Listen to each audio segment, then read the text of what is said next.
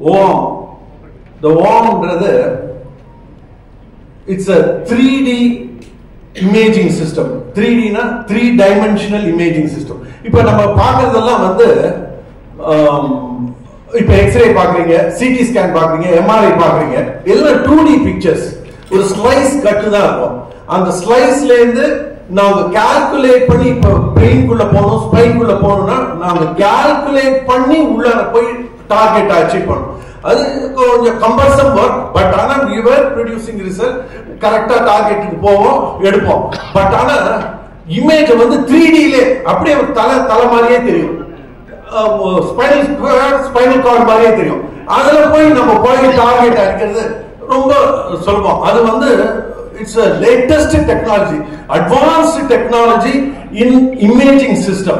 நம்ம வந்து இத்தனை நாள் செஞ்சதெல்லாம் 2D pictures அப்படி அடிக்கடி ரீஃபார்மேட் பண்ணி ரீகன்ஸ்ட்ரக்ட் பண்ணி 3D பிக்சரா கொண்டு வருவோம். பட் ஆனா ரியல் டைம்ல 3D pictures you are going to get 3D pictures so that எங்க போகணும்னு நினைக்கிறோமோ அந்த இடத்துக்கு போய் நம்ம டார்கெட்டை ரொம்ப ஈஸியா அச்சீவ் பண்ணுவோம். எரர்ஸ் வர்றது ரொம்ப கம்மி. அண்ட் இப்ப சிஆம்ல நம்ம இது பண்றோம்னு வச்சுங்க, ஒரு இந்த ஆங்கிள் ஸ்லைஸ் ஆங்கிள் ஒரு ஆங்கிள் நம்ம படம் வரும், அதுக்கப்புறம் திருப்பி இன்னொரு ஆங்கிள் போட்டு இன்னொன்னு எடுக்கணும். எல்லாத்தையும் எடுத்து நம்ம இமேஜின் பண்ணி அந்த டார்கெட் அடிக்கணும். இப்ப இதுக்கு அது மாதிரி தேவையில்லை, டைரக்டா டார்கெட் அடிச்சிடலாம். இப்ப அதே விட நேவிகேஷன் சிஸ்டம் இருக்கு. It's like GPS system. எந்த இடத்துக்கு போகணும்ன்றத அதே இதுல இந்த மெட்ரானிக்ஸ்ல கொடுத்துருக்காங்க. அந்த இடத்துக்கு கரெக்டா போயிட்டு நம்ம டியூமர் எடுத்துட்டோம்னு வச்சுங்க, இந்த ஓஎம் வச்சு படத்தை பார்த்தோம்னு வச்சுங்க, டியூமர் ஃபுல்லா எடுத்தது நமக்கு தெரியும். முதல்ல அதுக்கெல்லாம் ஒவ்வொன்றுக்கும் டெக்னிக்ஸ் இருக்கு. அந்த டெக்னிக்லாம் ஒன்னொன்னு இந்த ஃப்ளோரசன் ஆஞ்சியோ அதெல்லாம் போட்டு டியூமரை ஃபுல்லா எடுத்துட்டோமான்னு பார்த்துட்டு அப்புறம் நேவிகேஷன் ப்ரோபை சுத்தி பார்த்து இதெல்லாம் எடுக்கிறோம் அப்படின்னு. பட் ஆனா இதுல இந்த ஓஆம்ல வந்து நீங்க அதெல்லாம் வேண்டியில, எல்லாத்தையும் டியூமர் எடுத்துட்டு நீங்க ஓஆம்ல பாத்தீங்கன்னா டியூமர் ஃபுல்லா, அந்த டியூமர் பெட் ஃபுல்லா எடுக்கிறோம். இப்ப நம்ம வந்து சர்ஜரி பண்றோம். இந்த சர்ஜரிஸ் வர all patients we operate are new patients. We are not supposed to do any harm, and that is why the latest technologies. வணக்கம், குட் ஆஃப்டர்நூன். இப்ப ஸ்பைன் சர்ஜரியில என்ன டெக்னாலஜி இருக்குங்கிறத பத்தி ஒரு பெரிய பார்வையில நான் காமிச்சேன்னா அந்த ஓம் அந்த இடத்துல எந்த இடத்துல இருக்குங்கிறது உங்களுக்கு புரியும். இப்ப முதல்ல வந்து நம்ம ஸ்பைன் ப்ராப்ளம்ஸ்க்கு நிறைய பிரச்சனைகள் இருக்குது. அதாவது செகண்ட் மோஸ்ட் காமனஸ்ட் ப்ராப்ளம், அதாவது ஹாஸ்பிட்டலுக்கு அதிகமா போறது வந்து ரெண்டாவது காமனஸ்ட் ரீசன் வந்து முதுகு வலினால, கழுத்து வலி, முதுகு வலி. அதாவது 8 பேர்ல 10 பேர்ல 8 பேருக்கு வந்து நிச்சயமா 8 பேருக்கு வந்து இந்த பிரச்சனைகள் வந்து ஜாஸ்தி வருது. சோ அதனால என்ன ஆக போகுதுன்னா, நீங்க பாத்தீங்கன்னா இந்த முதுகு வலினால நம்ம வந்து நிறைய பேர் ஹாஸ்பிட்டல்ல பிரச்சனைகளுக்கு போறோம். சோ அதனால வந்து இந்த பிரச்சனைகள் வந்து ஹாஸ்பிட்டல்ல ஏன் வருதுன்னா, நம்ம உட்காராததுக்கு காரணம், நம்ம ஒழுங்கா நிக்காதது, நம்ம ஒழுங்கா வந்து செய்யாதது, பல காரணங்கள்னால நமக்கு வந்து பிரச்சனைகள் வருது.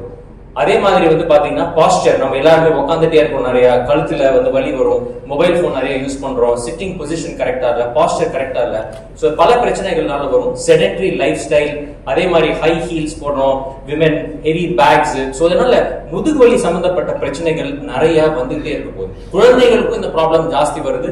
இப்பெல்லாம் வந்து ரொம்ப யங் ஏஜ்லயே we are seeing these problems. So இந்த முதுகு வலி வந்தா இதுக்கு வந்து என்னன்னு பாத்தீங்கன்னா என்ன பிரச்சனைகள், இதனால it causes a huge economic burden.